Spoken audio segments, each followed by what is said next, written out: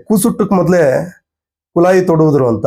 ಈ ಜಾತಿ ಗಣತಿ ವರದಿ ಈಗ ಬಿಡುಗಡೆ ಆದ್ರೆ ನಿಮಗೇನಾದ್ರೂ ಹೊಟ್ಟೆ ಉರಿ ಅಥವಾ ರಾಜಕೀಯವಾಗಿ ಅಥವಾ ಇನ್ನೊಂದು ನಮ್ಗೆಲ್ಲಾನು ಕೂಡ ದೊಡ್ಡ ಹೊಡೆತ ಬೀಳುತ್ತೆ ಅಂತಕ್ಕಂಥ ಒಂದು ಭಯ ನಿಮ್ಗೇನಾದ್ರೂ ಕಾಡ್ತಾ ಇದೆಯಾ? ಕೇವಲ ಬೆರಳೆಣಿಕೆಯಷ್ಟು ಜಾತಿಗಳ ಸಂಘಟನೆಗಳವರು ನಾವು ಪ್ರತಿಭಟನೆ ಮಾಡ್ತೀವಿ ಅಂತ ಹೇಳ್ತಾ ಇದ್ದಾರೆ. ಮುಖ್ಯವಾಗಿ ದಲಿತರು ಇವತ್ತು SC STಗಳು ಇವತ್ತುವರೆಗೂ ಕೂಡ ಮುಖ್ಯಮಂತ್ರಿಗಳಾಗಕ್ಕಾಗಿಲ್ಲ, ಯಾವುದೇ ಪಕ್ಷಗಳಲ್ಲಾಗ್ಲಿ. ಅಲ್ಲಿಗೆ ನೀವೇನ್ ಹೇಳಿದ್ರೆ ಅದನ್ನೆಲ್ಲ ನಾವು ಕೇಳ್ಬೇಕಾ? 70 ವರ್ಷಗಳಿಂದ ಕೇಳಿರೋದು ಸಾಕಾಗಿಲ್ವಾ ನಾವು? ರೇ ಸ್ವಾಮಿ, ನಾನು ಹೇಳ್ತಾ ಇದ್ದೀನಿ, ಇವತ್ತು ಜಾತಿ ಗಣತಿ ವರದಿ ನಿನ್ನೆ ಮೊನ್ನೆ ಬಂದೋ ಅಥವಾ ತಿಂಗಳಲ್ಲಿ ಬಂದೋ ಮಾಡಿರ್ತಕ್ಕಂಥದ್ದಲ್ಲ. ಇದು ಕಳೆದ 6 ವರ್ಷಗಳ ಹಿಂದೆ ನಡೆದಿರತಕ್ಕಂಥ ಜಾತಿ ಗಣತಿ ವರದಿ. ಜಾತಿ ಗಣತಿಯ ವರದಿ ಅಂತಕ್ಕಂಥದ್ದು ರಾಜ್ಯದಲ್ಲಿ ಎಲ್ಲಾ ರೀತಿಯಲ್ಲೂ ಕೂಡ ಹರಿದಾಡ್ತಾ ಇದೆ.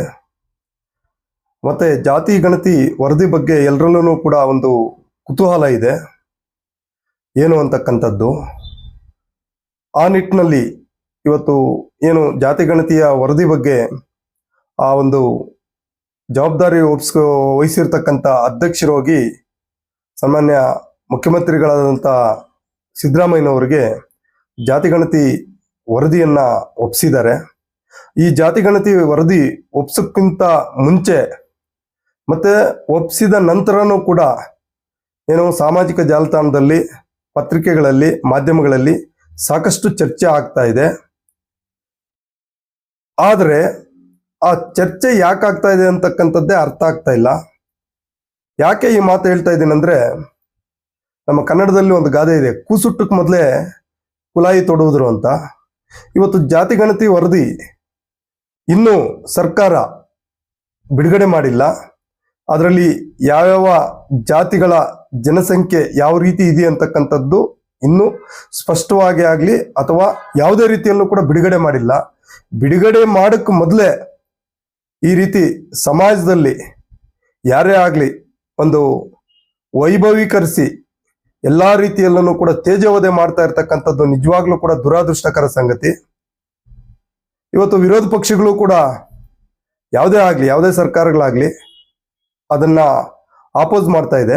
ಆಪೋಸ್ ಮಾಡಬೇಕಾದ್ರೆ ವಿರೋಧ ಪಕ್ಷಗಳಿಗೆ ಜವಾಬ್ದಾರಿ ಬೇಕಾಗುತ್ತೆ. ನಮಗೆ ಯಾವಾಗ ಅವಕಾಶ ಸಿಗುತ್ತೆ, ವಿರೋಧ ಪಕ್ಷ ಆಗಲಿ ಅಥವಾ ಸಮಾಜದಲ್ಲಾಗ್ಲಿ ಆ ಜಾತಿ ಗಣತಿ ವರದಿಯನ್ನ ಬಿಡುಗಡೆ ಮಾಡಿ ಸರ್ಕಾರದ ಮಟ್ಟದಲ್ಲಿ ಎಲ್ಲಾ ರೀತಿಯಲ್ಲೂ ಮಾಡಿದಾಗ ಆಗ ನಾವು ಮಾತಾಡೋದು ಅದು ಸರಿ ಇದೆಯಾ ಅಥವಾ ಇಲ್ವಾ ಅಂತಕ್ಕಂಥದ್ದು ಆಗ ಪ್ರಶ್ನೆ ಉದ್ಭವ ಆಗುತ್ತೆ ಹೊರತು ಈಗ ಎಲ್ಲಾ ರೀತಿಯಲ್ಲೂ ಕೂಡ ತೇಜೋವಧೆ ಮಾಡ್ಕೊಂಡು ಯಾವುದೇ ಕಾರಣಕ್ಕೂ ಬಿಡುಗಡೆ ಮಾಡಬಾರ್ದು, ನಾವು ಪ್ರತಿಭಟನೆಗಳು ಮಾಡ್ತೀವಿ, ಅದ್ಯಾವುದೇ ಸಂಘ ಸಂಸ್ಥೆಗಳಾಗ್ಬೋದು, ಕೆಲವು ಆ ಜಾತಿ ಆಧಾರಿತ ಏನು ಸಂಘ ಸಂಸ್ಥೆಗಳು ನಾವು ಪ್ರತಿಭಟನೆ ಮಾಡ್ತೀವಿ ಅಂತ ಕೇವಲ ಬೆರಳೆಣಿಕೆಯಷ್ಟು ಜಾತಿಗಳ ಸಂಘಟನೆಗಳವರು ನಾವು ಪ್ರತಿಭಟನೆ ಮಾಡ್ತೀವಿ ಅಂತ ಹೇಳ್ತಾ ಇದ್ದಾರೆ. ನಿಜವಾಗ್ಲೂ ಕೂಡ ಇದು ದುರಾದೃಷ್ಟಕರ. ಬಿಡುಗಡೆ ಆದ್ಮೇಲೆ ಸಮಾಜದಲ್ಲಿ ನಮ್ಗೆ ಎಲ್ಲಾ ರೀತಿಯಾದಂತಹ ಒಂದು ಹೋರಾಟ ಮಾಡೋದಕ್ಕೆ ಅವಕಾಶ ಇರುತ್ತೆ. ತಾರತಮ್ಯ ಇದ್ರೆ ಆಗ ನಾವು ನಿಮ್ ಜೊತೆ ಸೇರ್ಕೊಂತೀವಿ, ಮಾಡೋಣ. ಅನವಶ್ಯಕವಾಗಿ ಈ ರೀತಿ ಈಗ ಚರ್ಚೆ ಮಾಡಿ ಜನಗಳನ್ನ, ಸಮಾಜದ ಜನರನ್ನ, ರಾಜ್ಯದ ಜನರನ್ನ ದಿಕ್ಸ್ತಕ್ಕಂತ ಅವಶ್ಯಕತೆ ಈಗಿಲ್ಲ. ಯಾಕೆ ಈ ರೀತಿ? ಈಗ ಸ್ವಾತಂತ್ರ್ಯ ಬಂದು 70 ವರ್ಷಗಳು ಕಳೀತಾ ಇದೆ. ಇವತ್ತುವರೆಗೂ ಕೂಡ ಹಿಂದುಳಿದಲ್ಲಿರ್ತಕ್ಕಂಥವ್ರು ಯಾರನ್ನು ಕೂಡ ಅಥವಾ ದಲಿತರು, ಮುಖ್ಯವಾಗಿ ದಲಿತರು ಇವತ್ತು SC STಗಳು ಇವತ್ತುವರೆಗೂ ಕೂಡ ಮುಖ್ಯಮಂತ್ರಿಗಳಾಗಕ್ಕಾಗಿಲ್ಲ, ಯಾವುದೇ ಪಕ್ಷಗಳಲ್ಲಾಗ್ಲಿ. ಇವತ್ತು ಎಲ್ಲ ಈ SC ST ವರ್ಗದವ್ರನ್ನ ಮತ್ತೆ ಇನ್ನೂ ತುಳಿತಕ್ಕಾಗಿರ್ತಕ್ಕಂಥ ವರ್ಗಗಳು ಇನ್ನೂ ಇದಾವೆ. ಇವು ಬಿಟ್ಟು ಇವತ್ತು ಅವ್ರನ್ನ ನೀವು ಮತಬಳಕೆಯಾಗಿ ಮಡಕೊಂಡು ಸುಮಾರು 70 ವರ್ಷಗಳಿಂದ ಮತಗಳು ಹಾಕ್ಸ್ಕೊಂಡು ನೀವು ಅಧಿಕಾರ ಅನುಭವಿಸ್ಕೊಂಡು ನೀವು ಉನ್ನತ ಹುದ್ದೆಗಳಿಗೆ ಹೋಗಿದ್ದೀರಿ. ಅದು ಸರ್ಕಾರದಲ್ಲಾಗ್ಬೋದು, ಸರ್ಕಾರ ಮಟ್ಟದಲ್ಲಾಗ್ಬೋದು, ಇನ್ನೊಂದ್ರಲ್ಲಾಗ್ಬೋದು, ನೀವು ಹೋಗಿದ್ದೀರ ಹೊರತು. ಆದ್ರೆ ಇವತ್ತು ಕೆಳವರ್ಗಗಳಿಗೆ ಯಾವುದೇ ರೀತಿಯಾದಂತ ಸಾಮಾಜಿಕ ನ್ಯಾಯ ಸಿಕ್ಕಿಲ್ಲ ಅಂತ ಹೇಳ್ಬಿಟ್ಟು ತುಂಬಾ ಸ್ಪಷ್ಟವಾಗಿ ಘಂಟಾಘೋಷವಾಗಿ ಹೇಳ್ತಾ ಇದ್ದೀನಿ. ಇವ್ರಿಗೆ ಸಿಗೋದು ಯಾವಾಗ? ಅಥವಾ ನಿಮ್ಗೇನಾದ್ರೂ ಈ ಜಾತಿ ಗಣತಿ ವರದಿ ಈಗ ಬಿಡುಗಡೆ ಆದ್ರೆ ನಿಮ್ಗೇನಾದ್ರೂ ಹೊಟ್ಟೆ ಉರಿ ಅಥವಾ ರಾಜಕೀಯವಾಗಿ ಅಥವಾ ಇನ್ನೊಂದು ನಮ್ಗೆಲ್ಲಾನು ಕೂಡ ದೊಡ್ಡ ಹೊಡೆತ ಬೀಳುತ್ತೆ ಅಂತಕ್ಕಂಥ ಒಂದು ಭಯ ನಿಮ್ಗೇನಾದ್ರೂ ಕಾಡ್ತಾ ಇದೆಯಾ? ಅದನ್ನ ತಾವು ಅರ್ಥಕೋಬೇಕು ಅಂತ ಹೇಳ್ಬಿಟ್ಟು, ಭಯ ಕಾಡ್ತಾ ಇದೆ ಅಂತ ಹೇಳ್ಬಿಟ್ಟು ನೀವು ಇದನ್ನ ತೇಜೋವಧೆ ಮಾಡ್ತಾ ಇದ್ದೀರಿ. ಇವತ್ತು ಯಾವುದೇ ಬೇರೆ ವರ್ಗಗಳು, ಇವಾಗ ತುಳಿತಕ್ಕಾಗಿರ್ತಕ್ಕಂಥ ವರ್ಗಗಳು, ಹಿಂದುಳಿದ ವರ್ಗಗಳು ಯಾರೂ ಕೂಡ ಇದನ್ನ ಈ ಜಾತಿ ಗಣತಿ ವರದಿಯನ್ನ ವಿರೋಧ ಮಾಡಿಲ್ಲ. ಇವತ್ತು ಜಾತಿ ಗಣತಿ ವರದಿಯನ್ನ ಯಾರು ವಿರೋಧ ಮಾಡ್ತಾ ಇದ್ದಾರೆ ಅಂದ್ರೆ, ಯಾರು ಹೆಚ್ಚಿನ ಬಾರಿ ಮುಖ್ಯಮಂತ್ರಿಗಳು ನೀವೇ ಆಗಿದ್ದೀರಿ, ನೀವೇ ಅಧಿಕಾರಿಗಳು ಅನುಭವಿಸಿದ್ದೀರಿ, ನೀವು ಮಾತ್ರ ಇದನ್ನ ವಿರೋಧ ಮಾಡ್ತಾ ಇದ್ದೀರಾ. ಅಲ್ಲಿಗೆ ನೀವೇನ್ ಹೇಳಿದ್ರೆ ಅದನ್ನೆಲ್ಲ ನಾವು ಕೇಳ್ಬೇಕಾ? 70 ವರ್ಷಗಳಿಂದ ಕೇಳಿರೋದು ಸಾಕಾಗಿಲ್ವಾ ನಾವು? ಹಾಗಾಗಿ ದಯವಿಟ್ಟು ಕೂಡ ಸಮಾಜದಲ್ಲಿ ಎಲ್ಲರೂ ಕೂಡ ಜವಾಬ್ದಾರಿತವಾಗಿ ಬದುಕ್ತಾ ಇದೀವಿ. ಸಂವಿಧಾನ ಇದೆ, ಸಂವಿಧಾನದ ಅಡಿಯಲ್ಲಿ ಇವತ್ತು ಪ್ರತಿಯೊಂದೂ ಕೂಡ ನಡೆಯುತ್ತೆ. ಅದಕ್ಕೆ ನಾವು ಗೌರವ ಕೊಡಬೇಕೇ ಹೊರತು ನಮ್ಮ ಸ್ವಾರ್ಥಗಳಿಗೆ ಅಥವಾ ಯಾವ ಪಟ್ಟಬದ್ಧ ಹಿತಾಸಕ್ತಿಗಳು ಏನೋ ಅವರ ಒಂದು ಅನುಕೂಲಕ್ಕೆ ಏನೋ ಮಾಡ್ತಾರೆ ಅಂತ ಹೇಳ್ಬಿಟ್ಟು ಅದಕ್ಕೆ ನಾವು ಯಾವುದೇ ರೀತಿಯಲ್ಲಿ ತಲೆ ಬಗ್ಸ್ತಕ್ಕಂಥ ವಿಚಾರ ಪ್ರಶ್ನೆ ಉದ್ಭವ ಆಗೋದೇ ಇಲ್ಲ. ತುಂಬಾ ಸ್ಪಷ್ಟವಾಗಿ ನಾನು ಹೇಳ್ತಾ ಇದ್ದೀನಿ. ಇವತ್ತು ಸಂವಿಧಾನ ಅಂತಕ್ಕಂಥದ್ದು ಪ್ರತಿಯೊಬ್ಬರಿಗೂ ಕೂಡ ಒಂದು ಹಕ್ಕುಗಳನ್ನ, ಕರ್ತವ್ಯಗಳನ್ನ ಕೊಟ್ಟಿದೆ. ಅದರ ಅಡಿಯಲ್ಲಿ ನಾವು ಬದುಕಬೇಕಾಗುತ್ತೆ ಹೊರತು ಇವತ್ತು ನಮ್ಗಿಷ್ಟ ಬಂದಂಗೆ ಯಾವುದೋ ಒಂದು ರೀತಿಯಲ್ಲಿ ನಾವು ಏನೋ ಒಂದು ಹೇಳಿಕೆಗಳನ್ನ ಕೊಟ್ಕೊಂಡು ಸಮಾಜದ ದಿಕ್ಕು ತಪ್ಪಿಸ್ತಕ್ಕಂಥ ಕೆಲಸ ನಡೀತಾ ಇದೆ. ಇದನ್ನ ದಯವಿಟ್ಟು ಕೂಡಲೇ ಯಾರು ಮಾಡ್ತಾ ಇದ್ದೀರಿ ಅದನ್ನ ನೀವು ನಿಲ್ಲಿಸಬೇಕು.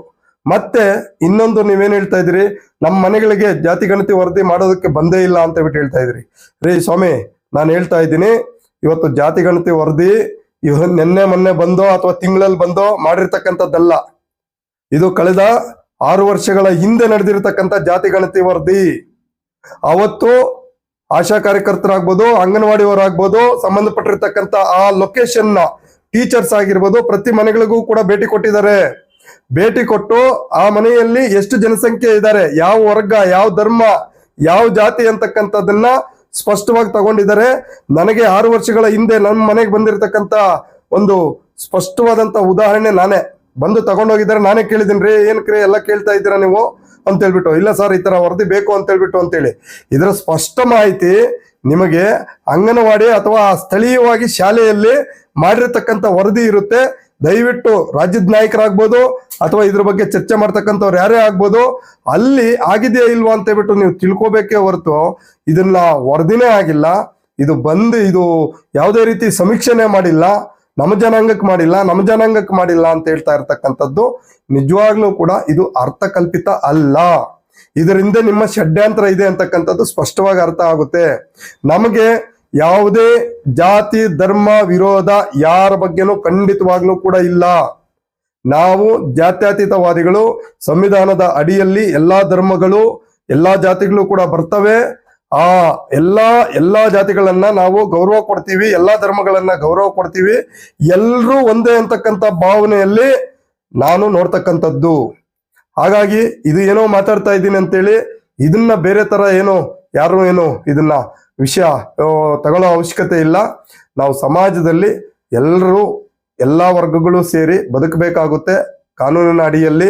ಹಾಗಾಗಿ ದಯವಿಟ್ಟು ಕೂಡ ಇದನ್ನ ಯಾವುದು ವಿರೋಧಿಸೋದನ್ನ, ತಳಮಟ್ಟದಲ್ಲಿರೋ ವರ್ಗಗಳಿಗೆ ನ್ಯಾಯ ಸಿಗ್ಲಿ, ಸಾಮಾಜಿಕವಾಗಿ ವಿರೋಧ ಮಾಡೋದನ್ನ ತಾವು ದಯವಿಟ್ಟು ಕೂಡ ನಿಲ್ಲಿಸಿದ್ರೆ ನಿಮ್ಮ ಘನತೆ ಗೌರವ ಖಂಡಿತವಾಗ್ಲೂ ಕೂಡ ಹೆಚ್ಚಾಗುತ್ತೆ.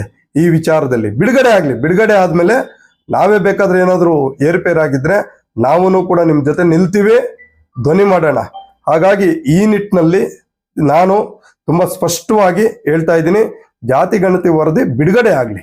ಕೆಲವರೆಲ್ಲ ಮರ್ತೋಗಿರ್ಬೋದು, ಜಾತಿ ಗಣತಿ ವರದಿ ಆಗಿ 6 ವರ್ಷ ಆಗೋಗಿರೋದ್ರಿಂದ ಅದನ್ನ ಜ್ಞಾಪಕ ಮಾಡ್ಕೊಂಡ್ರೆ ದಾಖಲೆ ಸಹಿತ ಪ್ರತಿಯೊಂದನ್ನು ಕೂಡ ಇರುತ್ತೆ. ಅದನ್ನ ನಾವು ಚರ್ಚೆ ಮಾಡ್ತಕ್ಕಂಥ ಕೆಲಸ ಬಿಡುಗಡೆ ಸರ್ಕಾರ ಮಾಡಿದ ನಂತರ ಚರ್ಚೆಯನ್ನ ಮಾಡ್ತಕ್ಕಂಥ ವಿಚಾರವನ್ನ ನಾನು ತುಂಬಾ ಸ್ಪಷ್ಟವಾಗಿ ಹೇಳ್ತಾ ಇದ್ದೀನಿ.